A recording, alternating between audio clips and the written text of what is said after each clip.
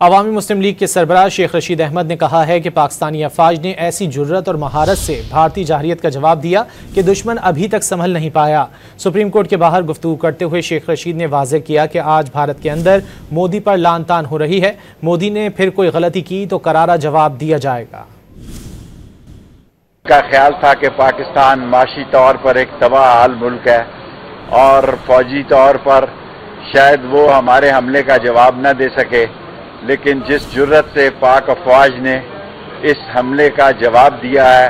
ساری قوم آج ایک ہے۔ جو لان تان مودی پر انڈیا میں ہو رہی ہے، اگر اس کے ریئیکشن میں اس نے کوئی غلطی کی تو اس کو ایسا قرار واقعی جواب دیا جائے گا،